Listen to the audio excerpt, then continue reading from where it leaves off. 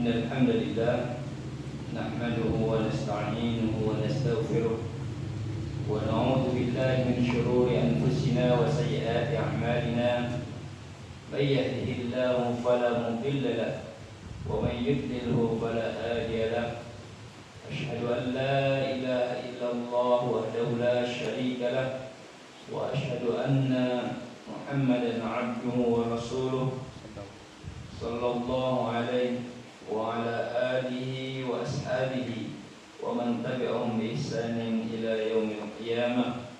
اللهم صل على نبينا محمد وعلى آله وأصحابه ومن تبعهم بإحسان إلى يوم الدين. أما بعد.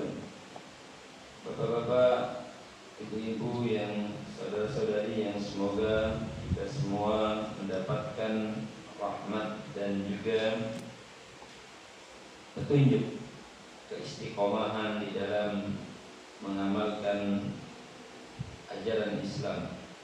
Alhamdulillah, kita bersyukur kepada Allah Subhanahu wa taala yang telah menjadikan kita hamba-hamba yang beriman.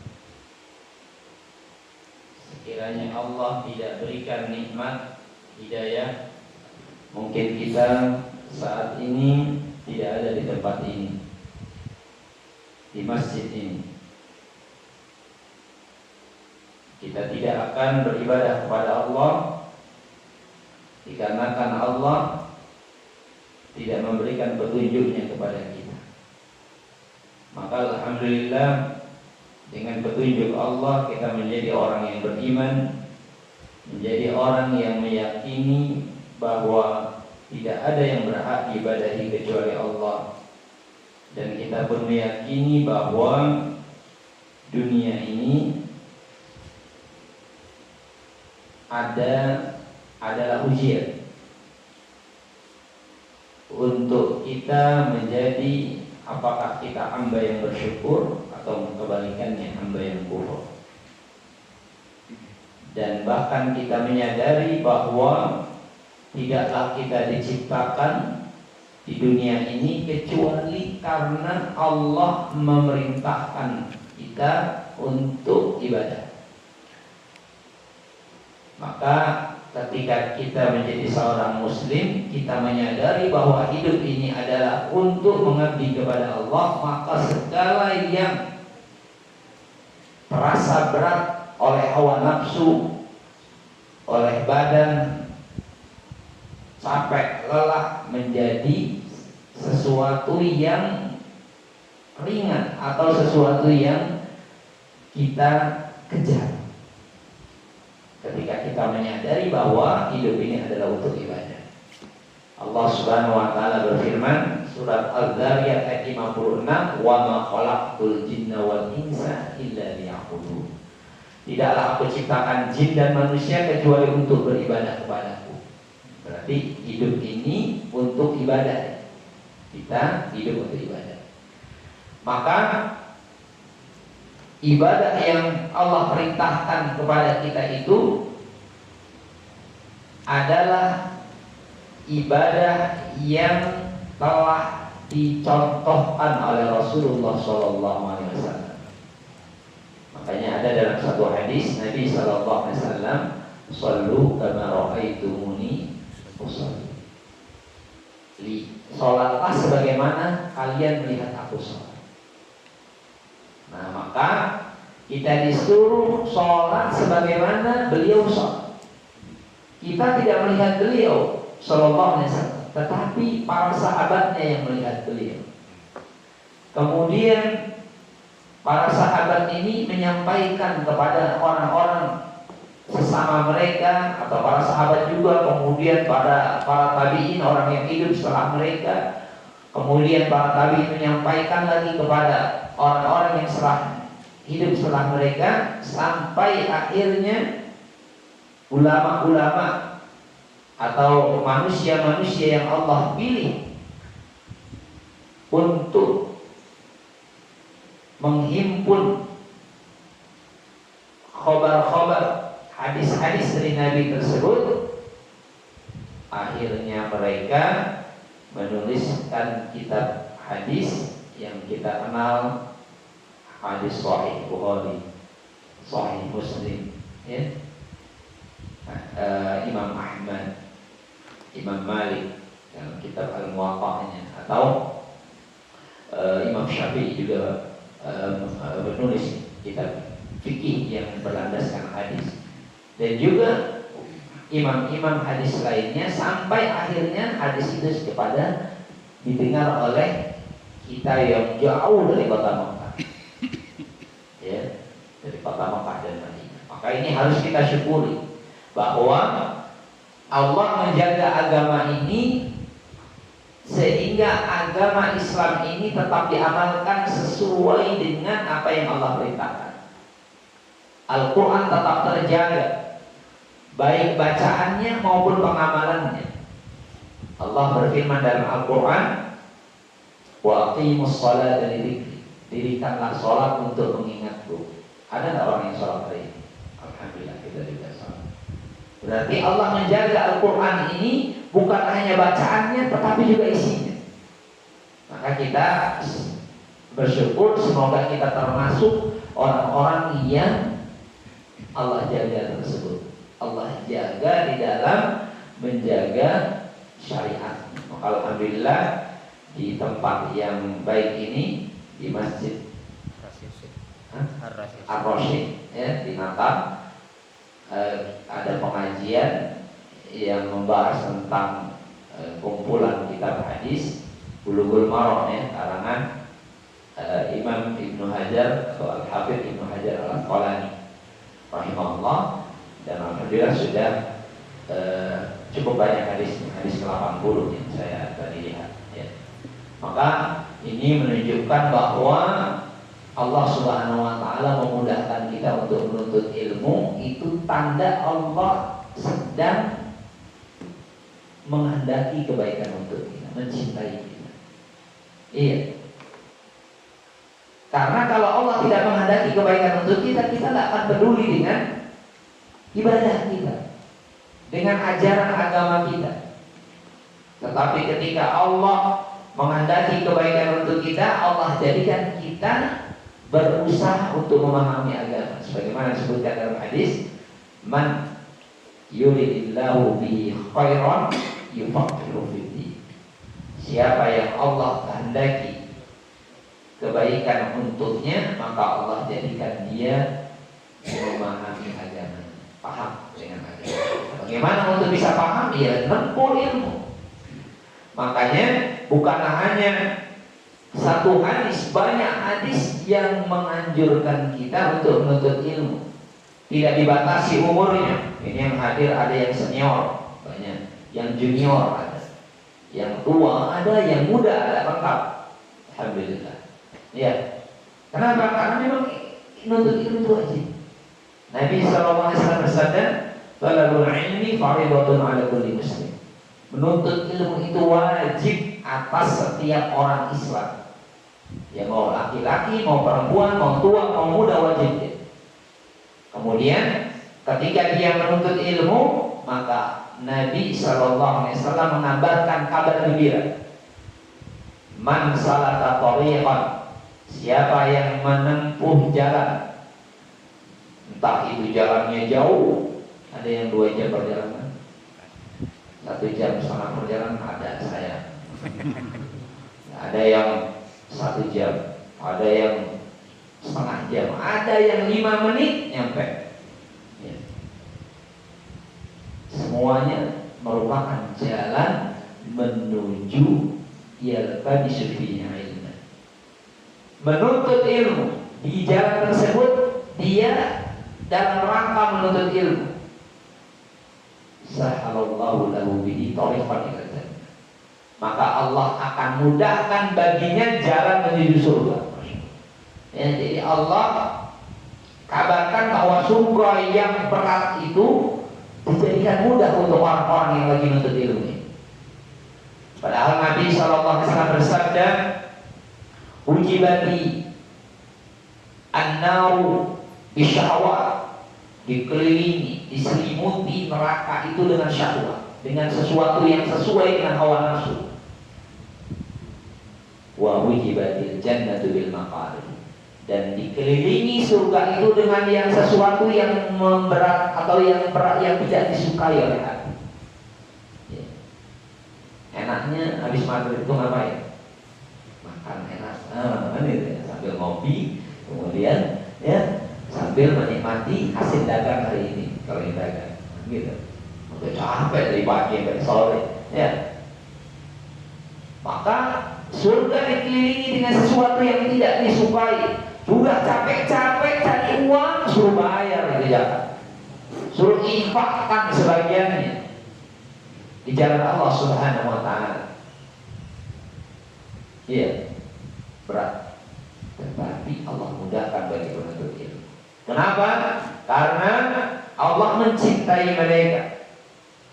Sampai-sampai dikatakan, ya, penduduk langit dan penduduk bumi hatta hut, ya, sampai ikan di lautan, wan namlah fi hujriha, fi juhriha, sampai semut di lubangnya, yad'u, mendoakan li talibil ilmi ridha bima yasna, mendoakan untuk para penuntut ilmu karena suka dengan apa yang mereka perbuat. Jangankan malaikatnya, binatang-binatang yang melata yang mungkin kita tidak pernah kenal, dengan mereka di kedalaman laut, di gelapnya lubang, ya, semut saja mendoakan. Kenapa itu? Maka jangan kita berpikir, waduh saya kalau taklim, pengajian, pelajaran nahwu, itu semangatnya 3 kali pertama, 4 kali berikutnya ya sudah nggak paham, ya sudah habis. Nah, fikih juga mungkin, mau misalnya kok nggak paham. Iya, maka niatkan untuk agar Allah mengampuni kita. Makanya kata para ulama, ada satu ulama yang mengatakan, kalaulah manfaat menuntut ilmu itu hanya satu, yaitu dia meyakini bahwa akhirat itu lebih baik daripada dunia, wal akhiratu khairul laka minal ula, maka dia sudah cukup, sudah bagus. Ya. Karena ada itu orang yang hadir taklim datang, ya, pembukaan, tidur, bangun, penutupan. Dia nggak dapat banyak, cuma dapatnya itu tadi. Ya, dapatnya, akhirat itu lebih baik daripada dunia. Ya, maka dia kedepankan akhirat daripada dunia. Dan dia dapat ampunan Allah karena niatnya tadi. Nah, maka kita pun termasuk orang-orang yang mudah-mudahan seperti itu. Maka kita, ya, harus komitmen, harus semangat bahwa di dalam kehidupan ini banyak informasi, banyak yang kita dengar, banyak yang mungkin kita pengen tahu dalam urusan dunia ini. Tapi lihat, Allah Subhanahu wa taala berfirman dalam surat Az-Zumar ayat 55, wattabi'u ahsana ma unzila ilaikum min rabbikum. Ikutilah yang paling baik, yang terbaik dari yang diturunkan kepada kalian dari Rabb kalian, dari Tuhan kalian. Apa itu? Al-Qur'an dan Sunnah. Min qabli ayyatiyakumul adab, sebelum datang kepada kalian azab, baghtatan, secara tiba-tiba, wa antum la tash'urun, sedangkan kalian tidak mengetahuinya, tidak menyadarinya. Berarti kita ini suruh segera cari tahu apa yang Allah turunkan untuk kita. Cari tahu bagaimana ketika Allah menyuruh kita sholat, kita tahu bagaimana sholat yang benar. Cari tahu ketika Allah memerintahkan kita bersuci untuk ibadah, bagaimana bersuci yang benar, kan gitu. Kemudian juga Allah memuji orang-orang yang telah mengikuti nasihat atau perintah Allah ini. Ketika dia tahu bahwa ada ayat, ada perintah yang Allah turunkan, maka Allah memuji mereka. Alladzina yastami'una al-qawla, orang-orang yang mendengarkan ucapan, perkataan, fayattabi'una ahsana, kemudian kemudian dia mengikuti ucapan yang paling baiknya, yaitu Al-Quran dan Sunnah. Ulaika alladzina hadahumullah. Mereka adalah orang-orang yang Allah memberi petunjuk kepada mereka. Wa ulaika hum ulul albab. Mereka adalah orang-orang yang memiliki kecerdasan. Nah, maka alhamdulillah kita semua sedang dalam rangka itu.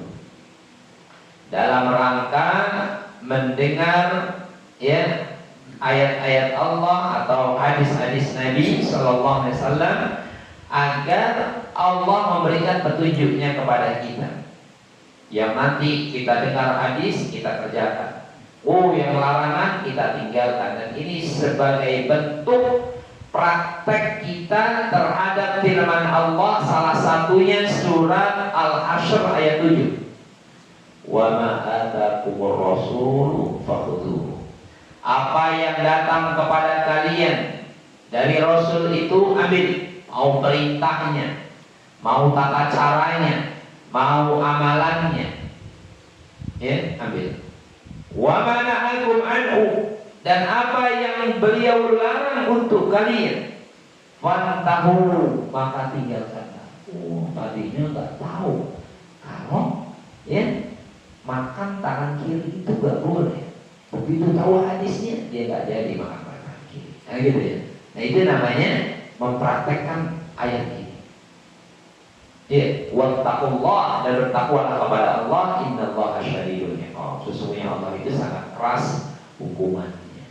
Kenapa? Yang tidak mengamalkan petunjuk Rasulullah SAW, Allah akan ancam dengan azab yang keras. Tapi kalau tadi yang mengamalkan, diberi petunjuk, dijanjikan surga oleh Allah Subhanahu wa Ta'ala, maka kita semangat ya di dalam mengamalkan petunjuk Allah dan petunjuk Rasulnya, karena Allah menjanjikan ya ketika Allah menetapkan perintah larangan, tilka hududullah, itu adalah ketetapan-ketetapan Allah. Wa may yuti'illaha wa rasulahu, dan siapa yang mentaati Allah dan Rasulnya, yudkhilhu jannatin tajri min tahtihal anhar, Allah akan memasukkan dia ke dalam surga-surga yang mengalir di bawahnya sungai-sungai, khalidina fiha, yang kekal di dalamnya. Wa dzalikal fawzul 'azim, itu adalah kemenangan yang besar ya, keuntungan yang besar. Surat An-Nisa ayat 13. Maka dari sini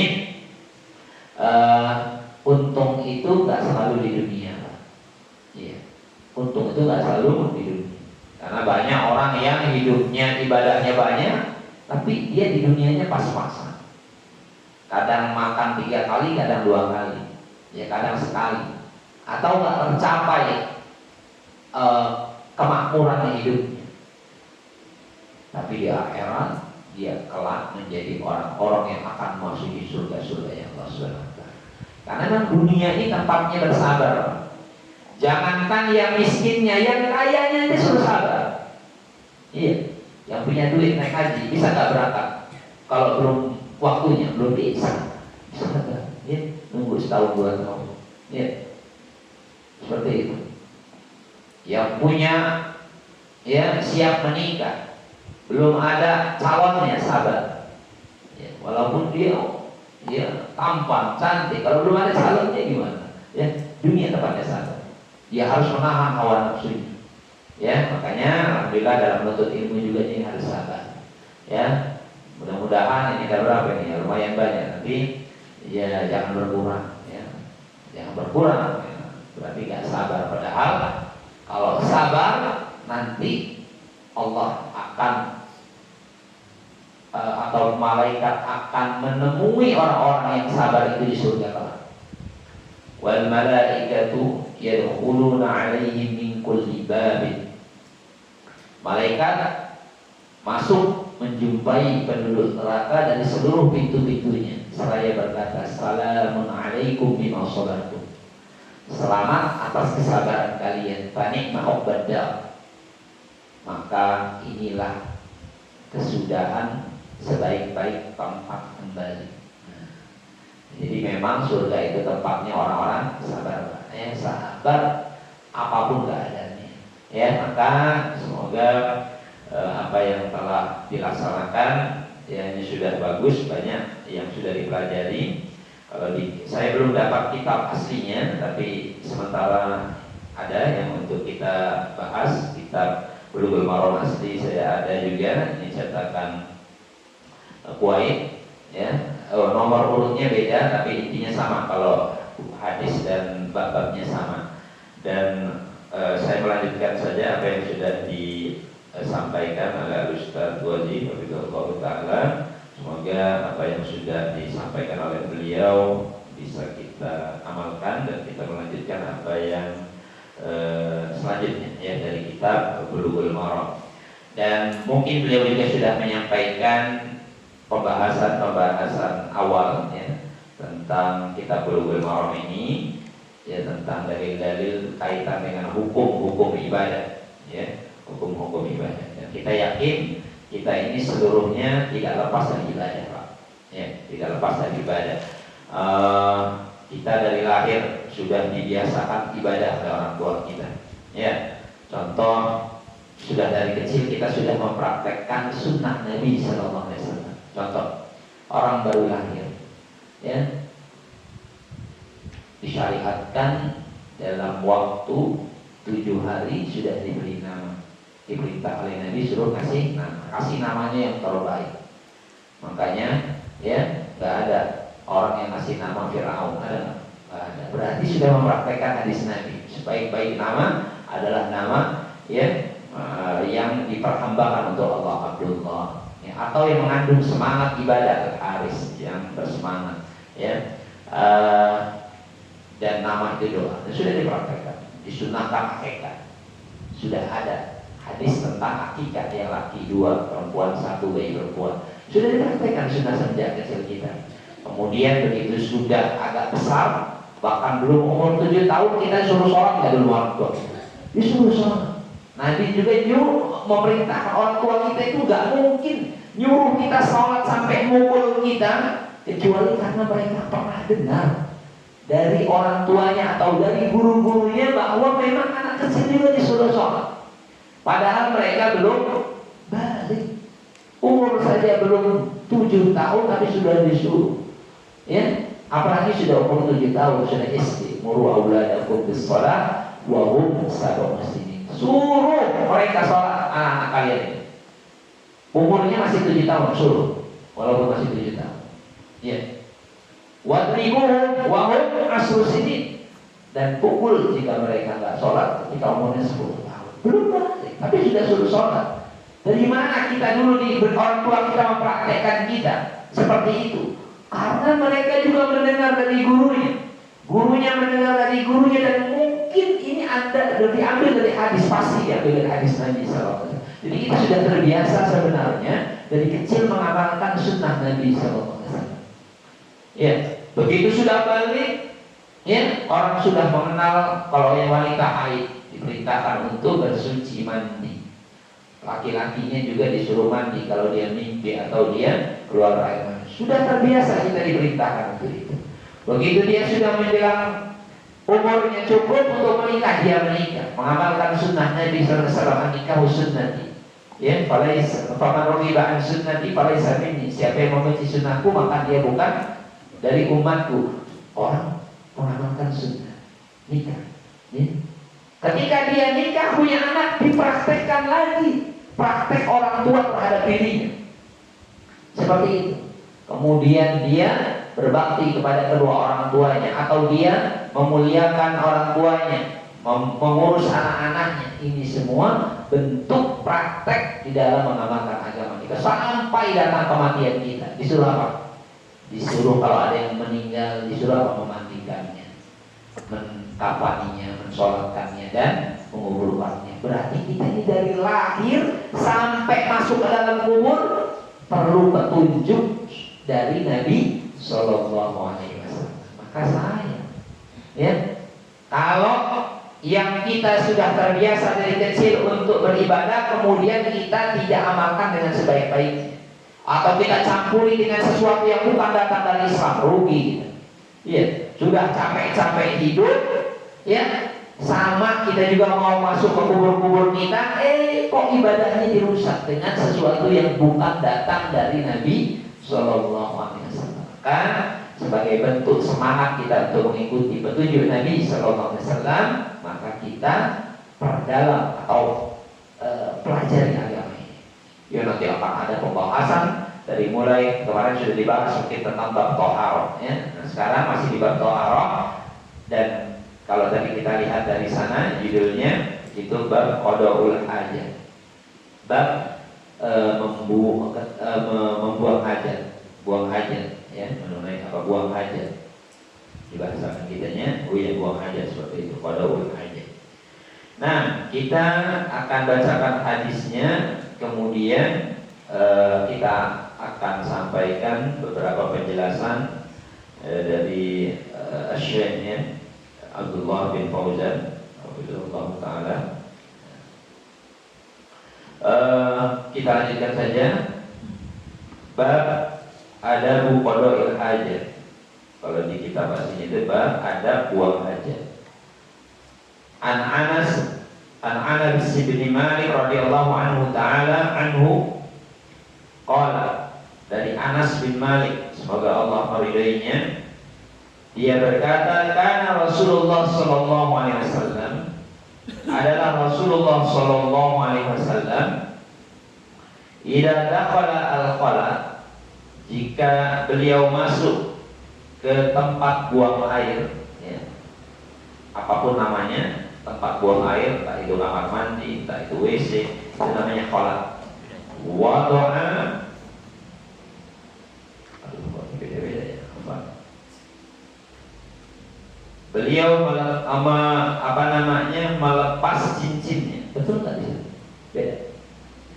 Oh beda, maaf. Ya berarti yang berikutnya. Maaf. Kita lanjutkan lagi. Dari beliau juga, kata beliau, anak patokan buku itu juga ya, agar nanti bisa belajar. Karena Nabi Sallallahu Alaihi Wasallam idza dakhala al-khala, apabila beliau masuk kamar mandi atau tempat buang air, beliau berdoa, Allahumma inni a'udzubika minal khubuthi wal khaba'is. Wahai Allah, ya, aku memohon perlindungan kepadamu dari setan laki-laki maupun setan perempuan. Nah, jadi di dalam hadis ini, ya, Nabi Shallallahu Alaihi Wasallam mempraktekkan bahwasanya beliau berdoa, ya, berdoa yang sebagaimana di dalam hadis ini dicontohkan.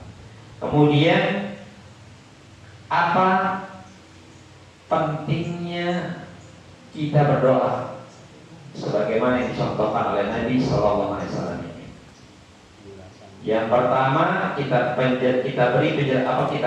jelaskan dahulu tentang pembahasan perkataannya, ya, sebagaimana yang dijelaskan oleh Syekh Abdullah Ta'ala.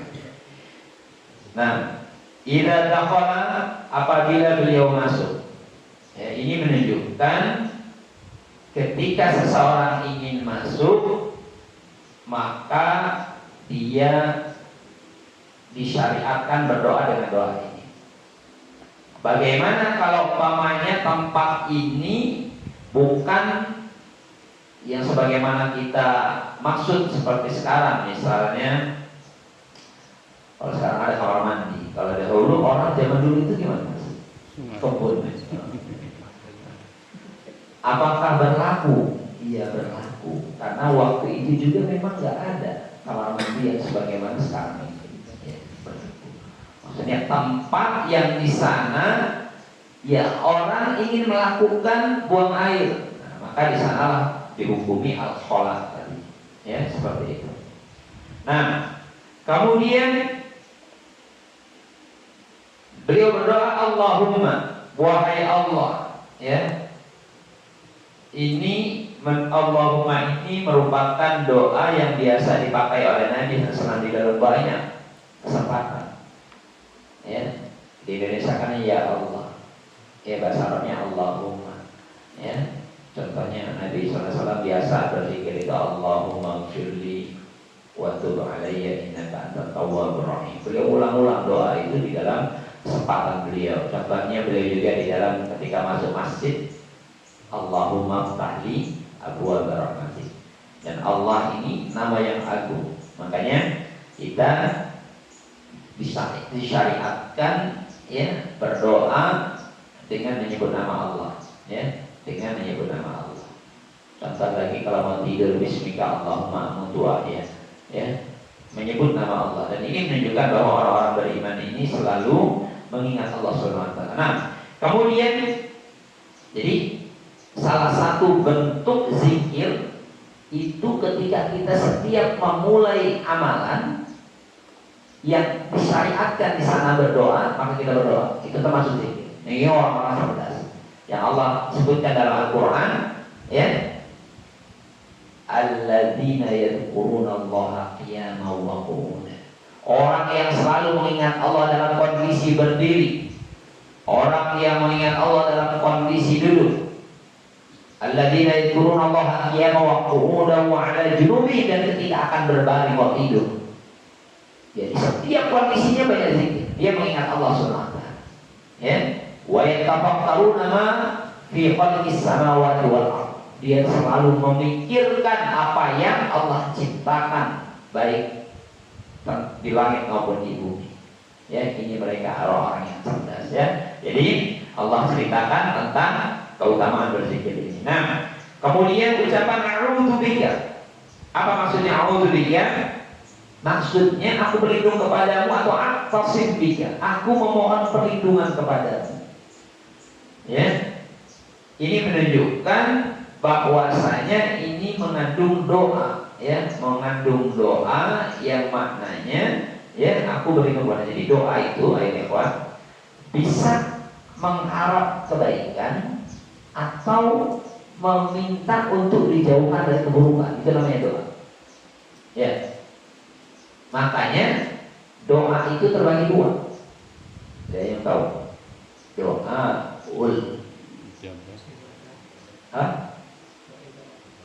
doa ibadah wa doa masalah. Doa ibadah dan doa masalah. Doa masalah itu doa meminta.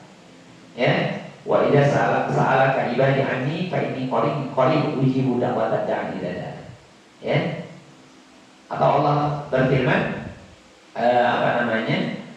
atau disebutkan dalam hadis wa idza sa'anta fasta'in billah. Kalau kau minta kepada Allah, itu doa.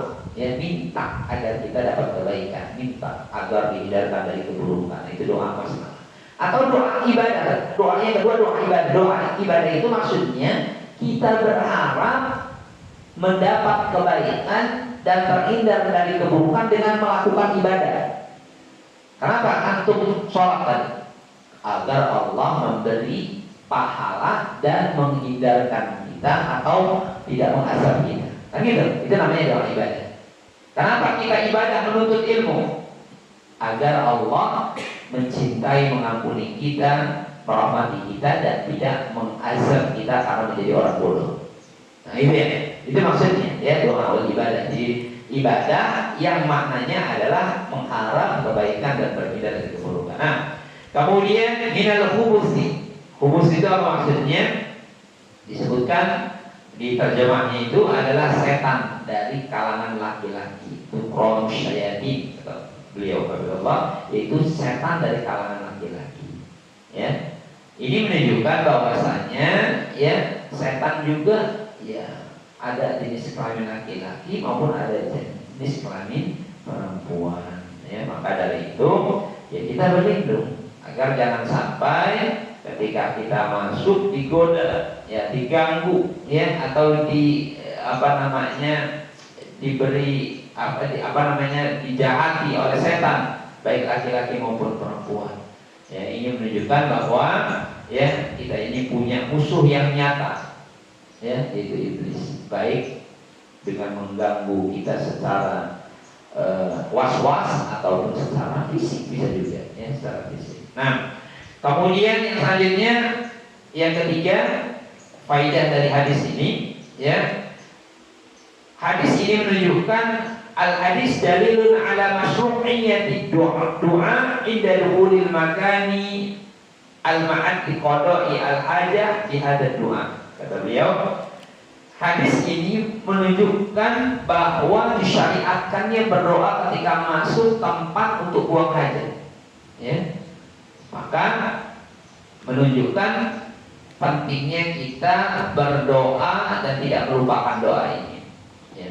Bahkan ada tambahannya ya ikhwah, untuk membaca tambahan dengan bismillah. Boleh. Ya, jadi bukan Allahumma inni a'udzubika min khubuthi wal khaba'ith, tapi ada tambahan bismillah. Disebutkan dalam hadis yang lain, ya. Di dalam hadis yang lain disebutkan, idza dakhaltum al-khala, jika kalian masuk ke dalam tempat buang hajat, faqulu, maka bacalah bismillah, a'udzu billahi minal khubuthi wal khaba'ith. Bismillah, a'udzu billahi minal khubuthi wal khaba'ith. Kalau tadi Allahumma inni a'udzubika minal khubuthi wal khaba'ith. Jadi seperti itu. Ini tambahannya ya, dan tambahan ini juga sahih ya, dipakai oleh para ahli hadis. Kemudian di dalam hadis yang lain boleh juga dibaca dengan bentuk seperti ini. Ya, bismillah Allahumma inni a'udzubika minal khubuthi wal khaba'is. Ya, tadi ada bentuk bismillah a'udzubillahi minal khubuthi wal khaba'is, atau digabung tadi. Bismillah Allahumma inni a'udzubika minal khubuthi wal khaba'is. Jadi ada keutamaan membaca bismillah. Nah, kemudian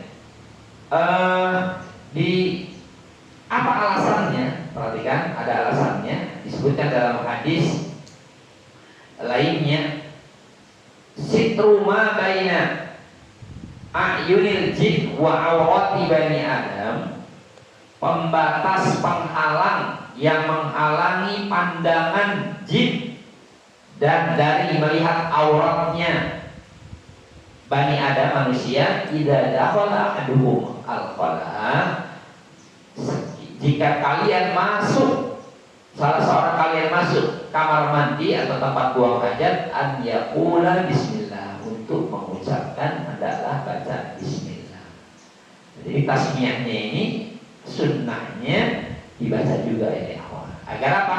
Ya agar kita betul-betul terhindar dari pandangan jin. Paham ya? Jadi bismillah Allahumma inni a'udzubika minal khubuthi wal khaba'ith. Ini keutamaannya agar kita tidak dilihat oleh jin, ya, pandangan jin. Bisa jadi ketika kita baca itu jinnya nyingkir, karena jin itu ya biasanya tinggal di tempat-tempat yang ya kotor ya. Jin yang buruk itu biasanya tempat-tempat yang kotor. Maka kita berdoa sehingga mereka tidak melihat kita ketika kita berdoa dengan yang disyariatkan. Nah, kemudian faedah berikutnya, bahwa al-hadis dalilun ala annal amkinah an-najasah atau an-najisah kal hammamat wal khusus wal mazabil iya ma'wa asyayatin. Nah, itu rasanya ya. Hadis ini menunjukkan bahwasanya tempat-tempat najis atau kamar mandi, tempat-tempat buang hajat itu ma'wa asyayatin, tempatnya setan. Ya. Maka di tempat-tempat yang jelek seperti ini hendaklah kita berdoa kepada Allah SWT agar mereka tidak mengganggu kita. Paham ya? Jadi tempat-tempat itu, maka jangan berlama-lama di dalam doa masuk, kemudian jangan berlama-lama, sesuai kebutuhan saja. Kadang orang berlama-lama betah di sana sehingga akhirnya terbuang waktunya dengan sia-sia. Nah, kemudian kita lanjutkan hadis hukum istinja bilma. Saya di sini banyak.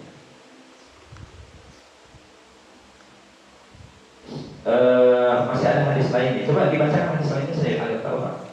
Ada lagi nggak? Setelahnya hadis apa? Ini hadis. Urutannya beda-beda. Ini dibahas tadi hadis yang 78 kalau saya ingat. 78 ya. Tadi yang dibahas tadi. Iya. Terus selanjutnya. Selanjutnya Bismillah Bunyinya. Sembilan ya? Ya, bunyinya saja dibacakan. Karena Rasulullah SAW yadkhulul khala'a fa ahmilu ana wa ulam nahwi idawatan min ma'in wa'azatan fayastanji bil ma'. Oh ya, benar. Berarti sama. Alhamdulillah. Nah, kita lanjutkan. Beliau Syekh membuat judul di sini tambahan hukum beristinja dengan air, ya, baik itu dari sebab buang air kecil, kencing, atau buang air besar orang nyebutnya, ya, buang air besar, goib. Ya, baul itu buang air kecil, goib itu buang air besar. Walaupun istilahnya nggak tepat, tapi ya kan sudah terlanjur dipakai oleh manusia. Tapi baul itu untuk kencing, al-ghaid itu untuk buang air besar. Nah, karena disebutkan dari beliau juga, ya, dari siapa tadi? Sahabat Nabi SAW yang bernama Anas bin Malik radhiyallahu anhu. Karena Rasulullah SAW yadkhulul khala wa ahmilu ana wa gulamun nahwi idawatan min ma'in wa anazah wa yastanji bil ma'. Nah, kata beliau, ya, bahwa adalah Rasulullah SAW apabila masuk tempat buang air itu, aku membawakan untuknya, padahal aku waktu itu masih kecil, ya, seember dari air dan tongkat kecil, ya, seember air dan tongkat kecil. Kemudian beliau beristinja dengan air tersebut, beristinja dengan air tersebut. Nah, ini kita sebutkan bahwasannya beliau Shallallahu Alaihi Wasallam membawa apa namanya tadi, ketika masuk kita dibawa, tapi nanti kita jelaskan dulu. Ini ucapan dia, aku masih kecil. Ucapan Anas bin Malik ini. Beliau waktu itu umurnya masih sekitar 7 tahun. Nah, perkiraannya seperti itu. Kemudian beliau sampaikan lagi bahwa beliau ini, ya, membawakan Nabi SAW seember air, ya, untuk tentunya untuk istinja.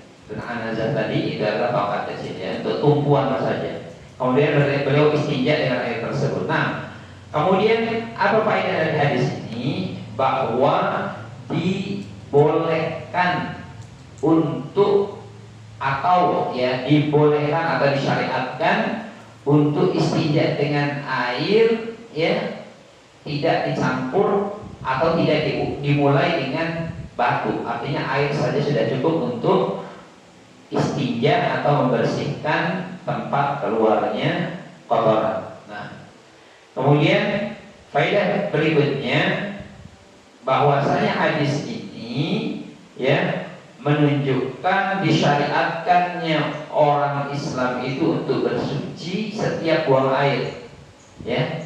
Agar apa?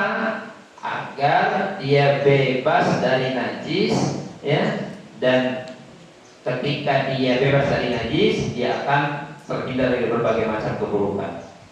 Kemudian disampaikan kepada Syekh keutamaan Anas bin Malik ketika beliau mendapat kemuliaan membantu Nabi Sallallahu Alaihi Wasallam, termasuk di dalamnya urusan taharah saja beliau membantu Nabi Sallallahu Alaihi Wasallam. Maka di sini menunjukkan bahwasanya kita, ya, sebagai hamba Allah Subhanahu Wa Taala untuk mencintai kebersihan, ya, suci dari hadas kecil maupun hadas besar. Dan Nabi SAW mencontohkan bagaimana beliau bersuci dengan air, ya. Karena kita dapati ada orang yang sekarang itu tidak beristinja dengan air, padahal ada air.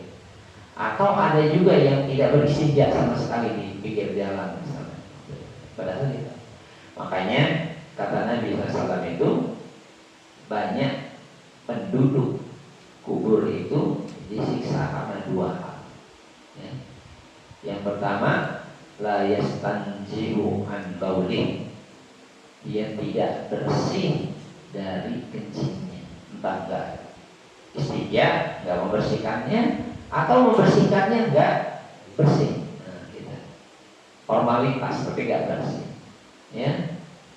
Atau yang satunya lagi, ya, jadi tamshi finnamam, dia suka mengadu domba. Apa sebabnya? Banyak penghuni kubur disiksa dengan hal ini. Ini gambaran bahwasanya jeleknya ibadah menjadi sebab manusia tidak diterima amalnya, sehingga dia layak mendapat azab kubur. Hablum minallahnya buruk, sholatnya semaunya, istinjanya atau toharnya semaunya. Yang kedua, hablum minanas jelek karena dia selalu adu domba. Ya, dia yang syiar namimah, dia suka adu domba. Hablum minanas jelek. Ya, rajin ibadahnya, wudunya bagus, sholatnya sesuai sunnah, tapi suka nyakiti orang lain, suka memfitnah orang lain, menggibahi orang lain. Maka ini juga buruk. Maka hati-hati kita dari dua hal ini. Karena orang itu pintar kalau suruh ngomong. Itu harus hablum minallah wa hablum minan nas. Ya, kondangan harus datang hablum minan nas. Betul. Tapi sholat ke masjid itu harus datang oleh bilang Allah SWT. Tapi antum wudhu harus sesuai sunnah. Ya, antum sholat juga harus sesuai sunnah. Ya, jangan hablum minan nasnya saja diperbagus, hablum minallahnya tidak pernah dipelajari. Bagaimana wudhu yang benar, istinja yang benar, ya, doa masuk kamar mandi saja nggak tahu misalnya. Udah bicara hablum minan nas, ya, kondangan di Jogja didatangin, enak kawan lama ini. Masjid dekat rumahnya nggak pernah datang, diundang 5 kali dia sehari oleh Allah SWT. Ayat Allah SWT. Nah, ini namanya nggak benar ya. Maka jaga hablum minallah dengan berbagus ibadah. Jaga hablum minan nas, ya lakukan sesuai dengan dia memang sudah ketentuannya. Ya, namanya kita bergaul dengan manusia, tentunya kita memperbagus pergaulan kita dengan mereka. Kalau ini kita lakukan, ya insya Allah, ya, kita akan diberi, ya, pahala yang banyak dalam dua hal ini. Maka ini kawan, semoga yang awal ini bisa betul-betul bermanfaat dan bisa dapat diambil ilmunya dan dipraktekkan dalam kehidupan sehari-hari. Ya. Tapi kalau nanti Ustaz ini baru masuknya, keluarnya belum doa, ya didudukan saja ghufranaka. Ya Allah, aku mohon ampunanmu. Ya ghufranaka. Sudah begitu, karena memang hadis seperti itu nanti akan datang membahasnya insyaallah. Maka praktekkan itu Pak. Ya, kalau antum nanti mau masuk ke kamar mandi lupa, keluar ambil buku hadisnya dulu. Oh, baca baru masuk. Ya, itu namanya. Nah, apa keluarnya? Jangan keluar dulu. Soalnya antum tahu, antum minta apalin dulu baru antum mikirin keluarnya. Ya, maka seperti itu. Kenapa kita minta ampun ketika keluar dari kamar mandi? Saya tutup sebentar saja. Karena di kamar mandi kita nggak, di dalam tempat yang kotor tadi kita tidak disyariatkan berzikir, sehingga kita lalai sementara waktu dari mengingat Allah. Nah, walhasil kita minta ampun kepada Allah SWT. Itu hikmah pertama. Hikmah kedua, kita ini habis keluar kotoran. Orang kalau keluar kotorannya, dia akan menjadi bersih badannya. Nah, kita berharap bukan hanya kotoran yang keluar dari tubuh kita, tapi dosa-dosa juga keluar dari jiwa-jiwa kita. Maka sebagaimana kita senang dengan keluarnya kotoran dari tubuh kita, kita pun berharap agar Allah mengampuni, mengeluarkan dosa-dosa kita, mengampuni dosa-dosa kita. Itu hikmah, ya, disebutkan oleh Ibnu Taimiyah dan Ibnu Qayyim al-Jauziyah dalam bab ini. Semoga yang sedikit ini bermanfaat. Kita cukupkan. Wassalamualaikum warahmatullahi wabarakatuh.